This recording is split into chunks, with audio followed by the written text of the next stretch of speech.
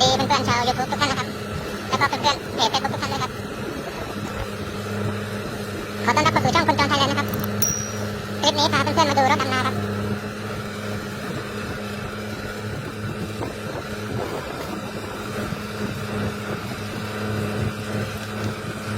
คันนี้วิ่งไวมากครับวิ่งคล่องมากครับ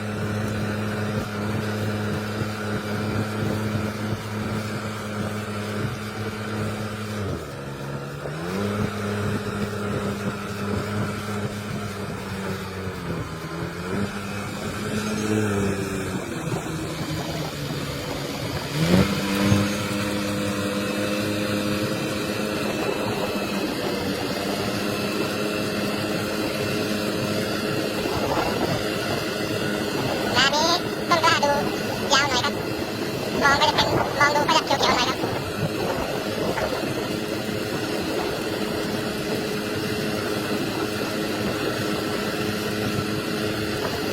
งานนี้ต้นกล้าสวย